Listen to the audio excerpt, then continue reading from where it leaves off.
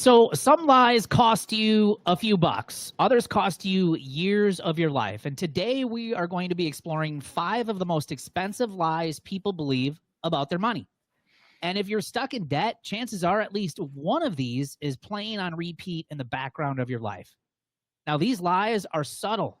They sound logical, and worst of all, they feel completely normal. But normal is broke.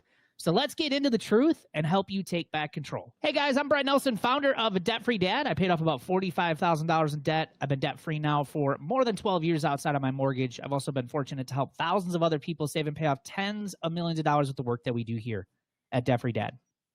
And I'm Amber Taylor, and my husband and I saved and paid off $54,000 in just 20 months, and we've been living debt-free outside of our mortgage for 7 years now. And my name is Ryan. My wife and I paid off $160,000 over 8 years while we were raising 3 kids. And after listening to this episode, you guys, if you are ready to take things to the next level, and if you're listening to this, I bet you are, but maybe you're ready to break free from living paycheck to paycheck. You want to reduce financial stress. You want to build your savings. You want to finally pay off debt for good, but maybe you're like many and you're just not sure where to get started.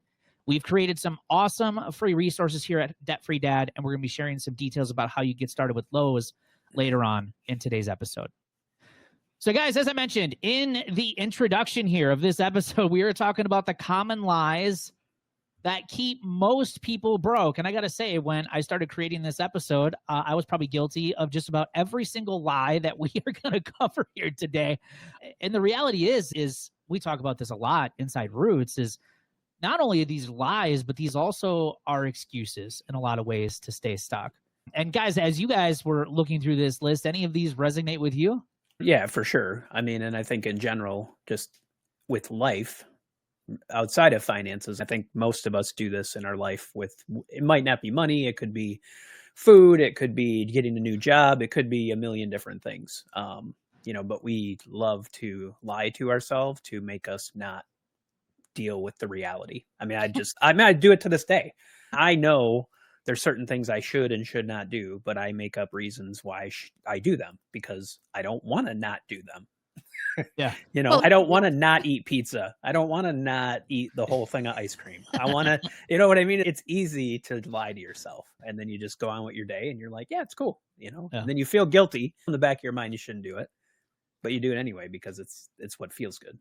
Well, and I think the other part about this is like, and as we go through these lies, you guys are going to start to understand this a little bit better, but is the social influence about this too. Because not only do we tell these lies to ourselves, but we also hear this in marketing of products, marketing of debt, marketing of things like pizza and ice cream, that we should indulge in these things. And not only do we hear that from them, but we also see it around with other people, right?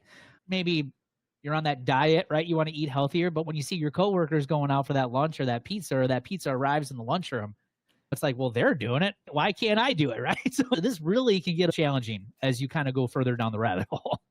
Yeah, exactly. I think most people are going to relate to these. Yeah.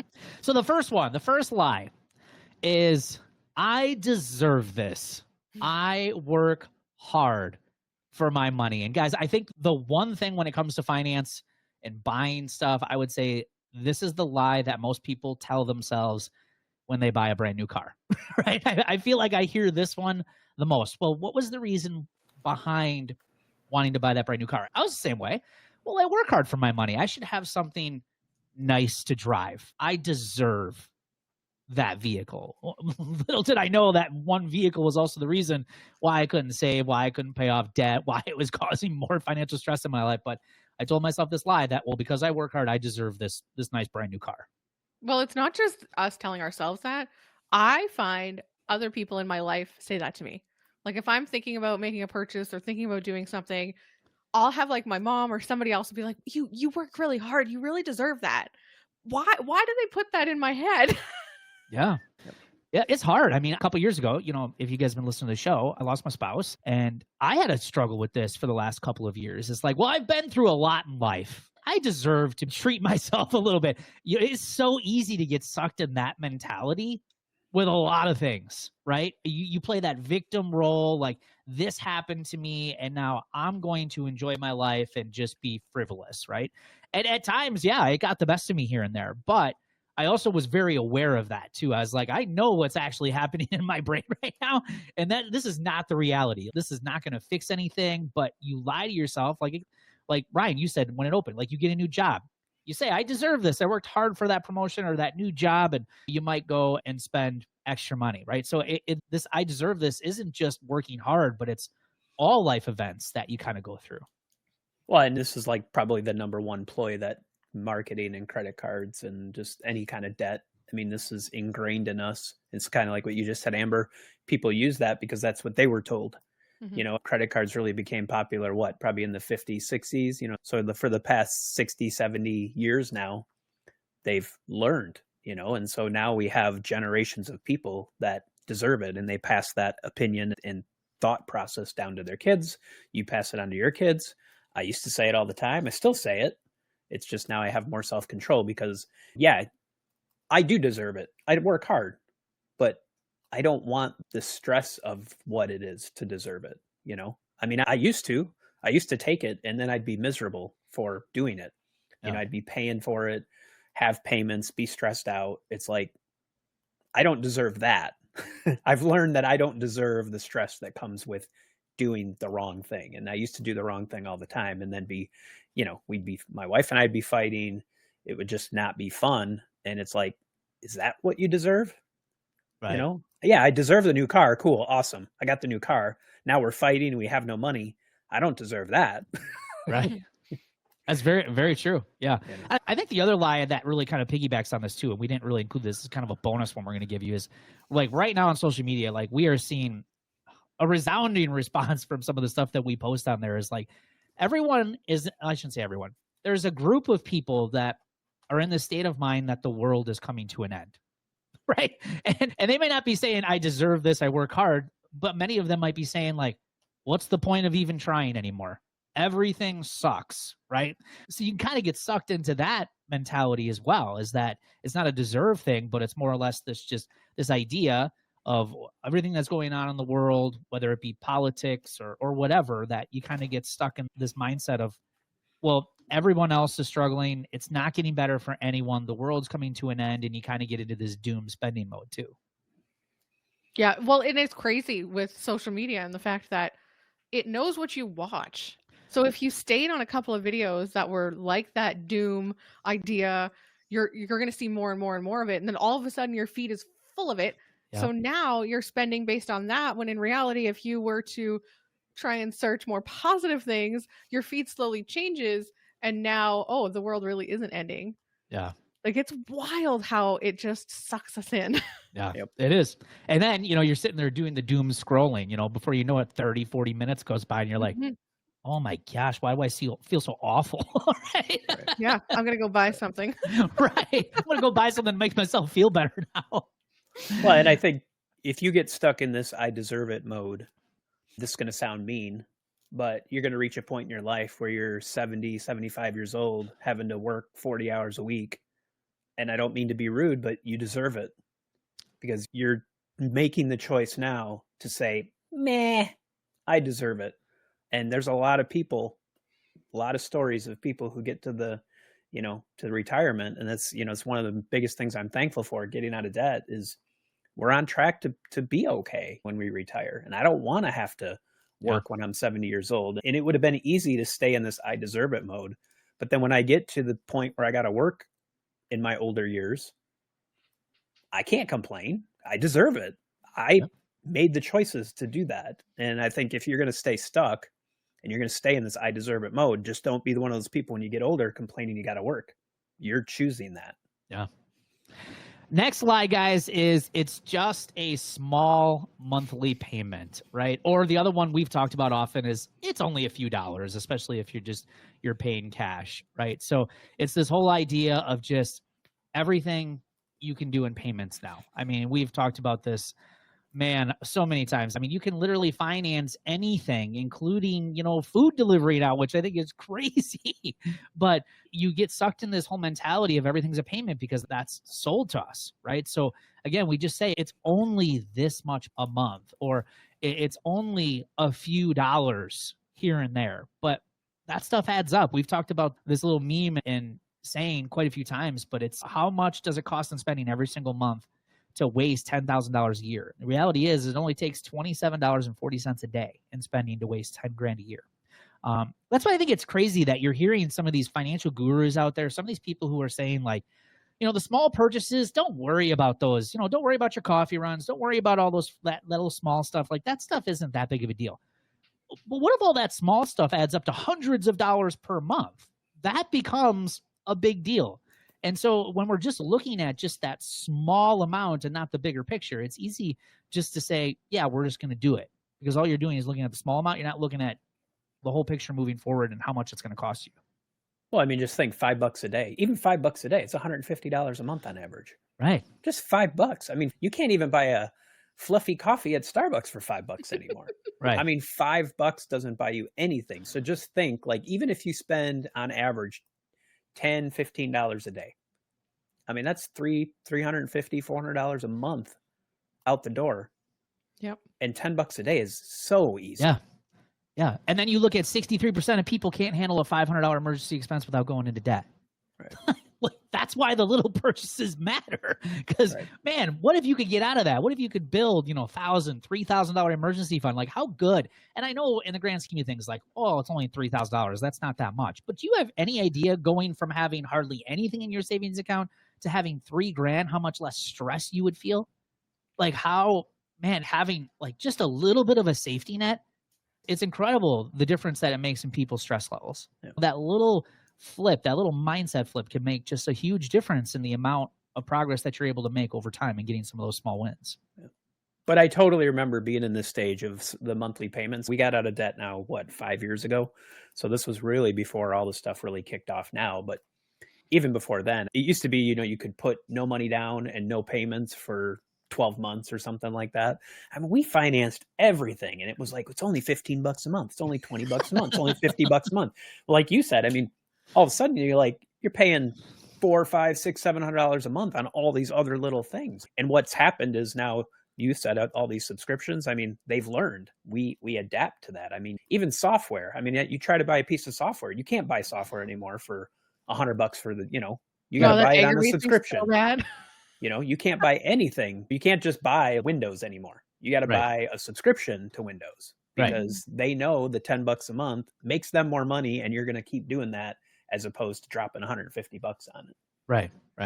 What's surprising to me too, I shouldn't say surprising, but what I want our listeners to know is that I've seen a lot of snowball sheets. There are so many people that will send me their list of debts, and they don't necessarily have a huge amount of debt. And we'll talk about credit cards. There are so many people that will send me their snowball list, and they don't have a ton of credit card debt, but they have a ton of credit card accounts. So what's happening is that all of those minimum payments turn into minimum payment hell, and it stifles their entire cash flow for the month. That's why, just, using the debt snowball method and paying off some of those smallest balances, it makes such a huge difference to some of those individuals, because you're finally knocking out some of those monthly payments every month, which frees up cash flow every month, which gives you more breathing room.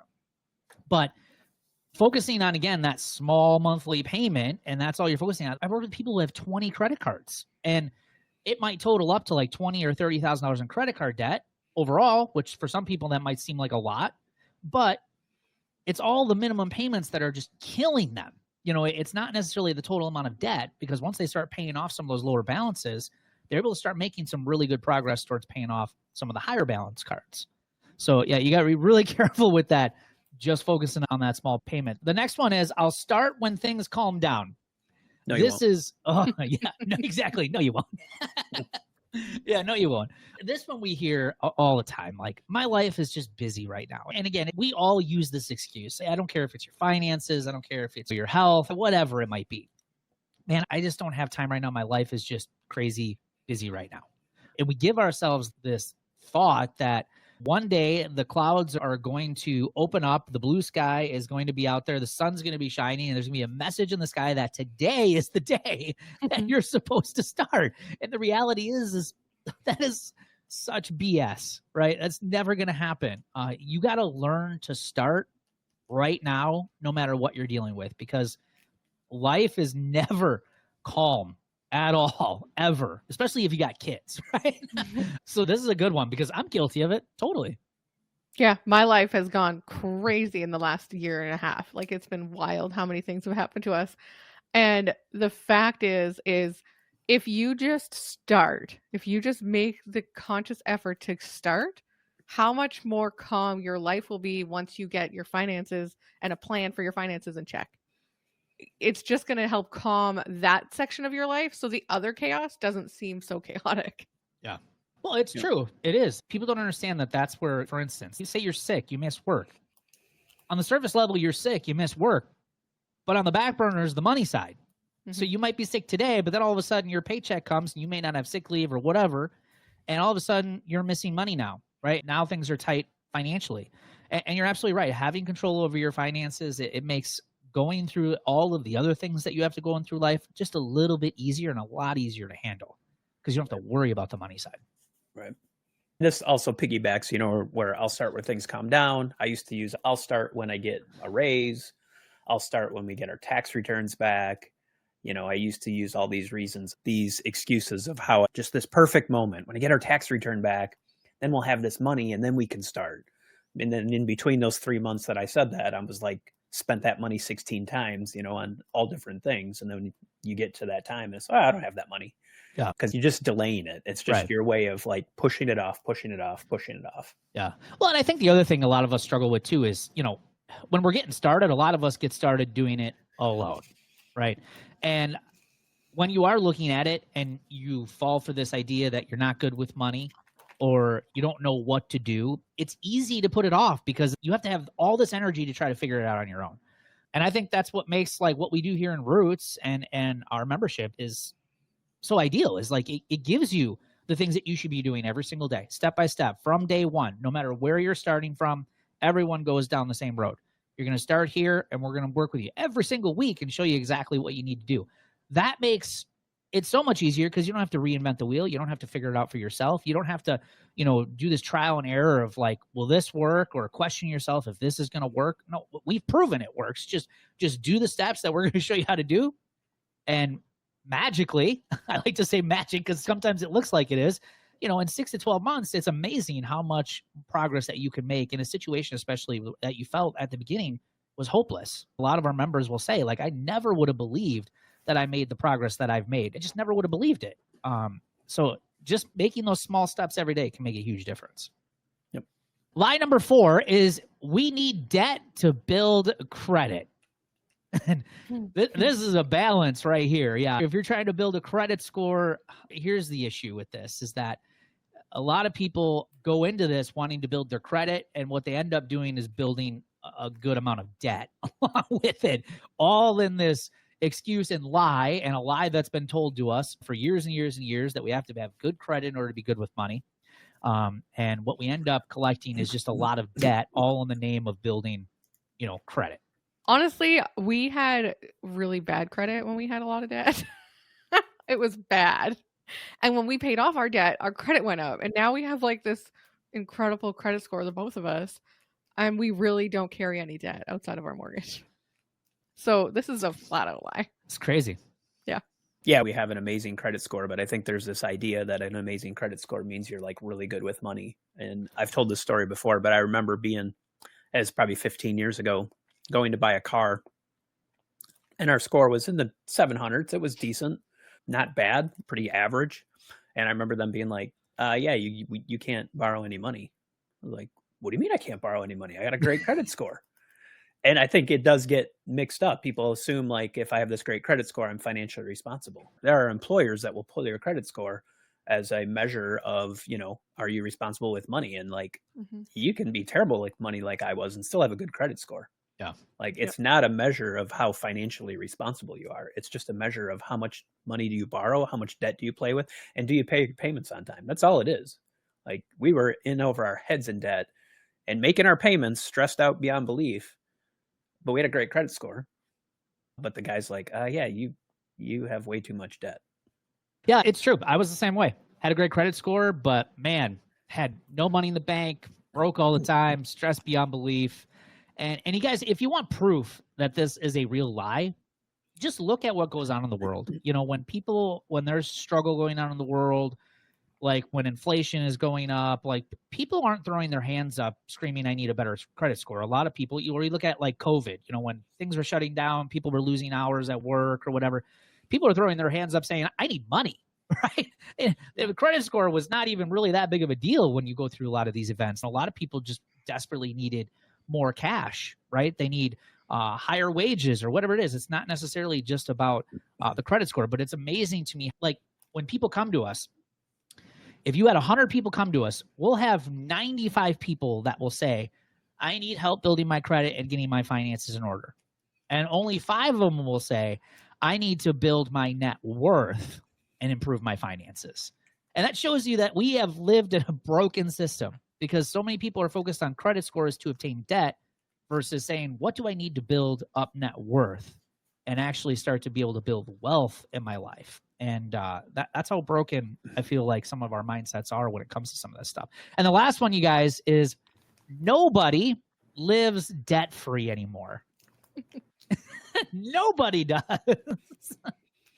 When we first started this business back in 2015, I feel like, obviously social media has gotten way more popular, over the years in the last 10 years too. But I think the whole debt-free community, the debt-free journey was just starting to ramp up then. But there were a lot more people that doubted it, I feel, 10 years ago than today. But there are still plenty of people who feel like there's no hope for us. Like, I mentioned this in lie number 1, where there's this doom and gloom, doom spending, the world's ending, everything is falling apart. Why even bother trying anymore? Or even believing in this idea that debt freedom or financial freedom is possible for us. I'll brag a little bit on my son. I mean, my oldest moved out a year and a half ago. He's debt free. He's putting money in his retirement account. He's saving money. He went to college, paid for it himself. He lived here, obviously, but we didn't pay for anything. We didn't save money for him to do that. So he had to work, cash flow it. He did all that because we learned how to manage our money and we taught him how to do it. It can be done. I think that's like going back to social media and this doom scrolling of like our kids can't ever afford to do anything. I think what we have to realize now in this world, I will totally agree. Things are way more expensive. Things got more expensive. This new world, you can't live the way I used to. I used to be able to pay for my house and do all this stuff and then accumulate a bunch of debt to have all my fun stuff. You just can't do that anymore. Right. And I get it. I totally agree. But to say you can't live and you can't afford an apartment and you can't, it's all BS. Like you just can't afford it the way we used to do it. You can't afford the house and all these other things and all this other debt on top of it to go have your camper and your boat and all these other things.